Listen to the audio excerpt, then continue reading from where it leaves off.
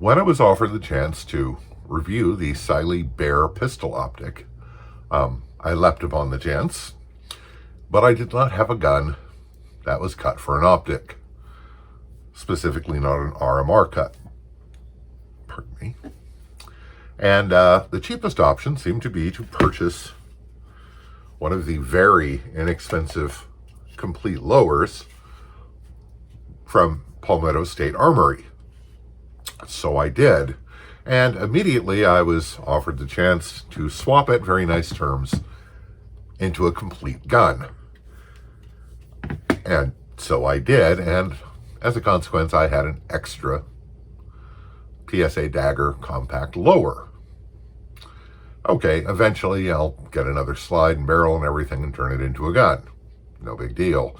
Meantime, I could play with it and do things like learn how to do texturing with a wood burning setup, and was very pleased with the results. But it didn't fix the grip angle. So I was thinking very favorably. Rain City Shooting Center has the Bull Axe Hatchet, I think it is, on sale at a pretty good price. And it has, like several of the Glock clones, a 1911 grip angle. Now, since 1980, I have become excessively familiar with the 1911 platform, and it points very naturally for me, and it does for a lot of people, which is why so many of the clones have the 1911 style grip angle. But of course, I'm on a very limited budget, and it occurred to me, my PSA Dagger is a test gun. Why don't I test something? So I did, and we're going to go to the tabletop and look at exactly what that is. So here's my second PSA Dagger lower with Leah's slide and Siley CT2 mounted. And this is unmodified except for some stippling. And as you can see, has the typical Glock grip angle. As I said, this is fine if you're using the iron sights, because I was trained to catch the iron sight first and then bring the rear sight up to meet it, so that I could basically get a good sight picture as fast as I could point the gun. But that turns out to be suboptimal for me when using an optic. So, looking it over carefully, I determined that if I added some mass here and flattened this out, then I could reproduce the 1911 grip angle. And I traced the 1911 grip angle onto a piece of paper and did this. As you can see, that is a very different grip angle.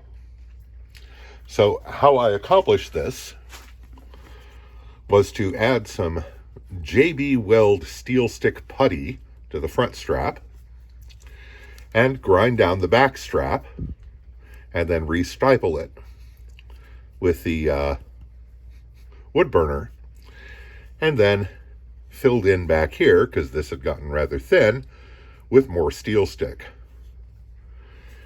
And then the front steel stick, now the putty does not take heat from the wood burner particularly effectively, so I put a small carbide ball in the Fordham tool and stippled it that way. And the result is the texture, if not the color, actually matches pretty well.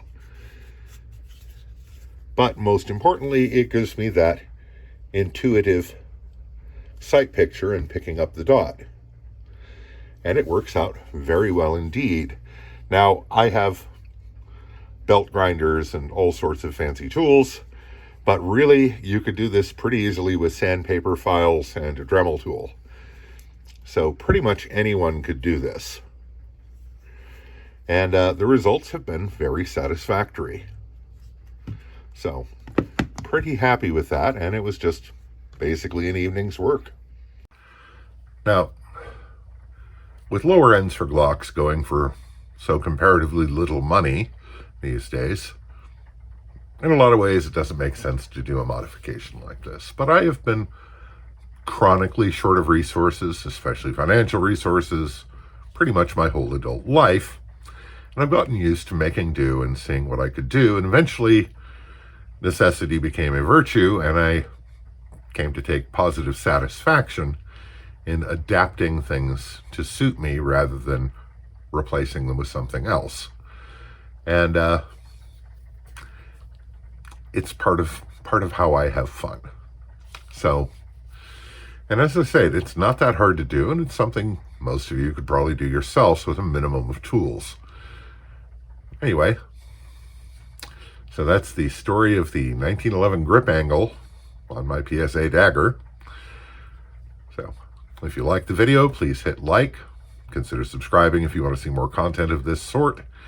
And I hope this finds you well. Stay safe, take care, and I'll talk to you again real soon.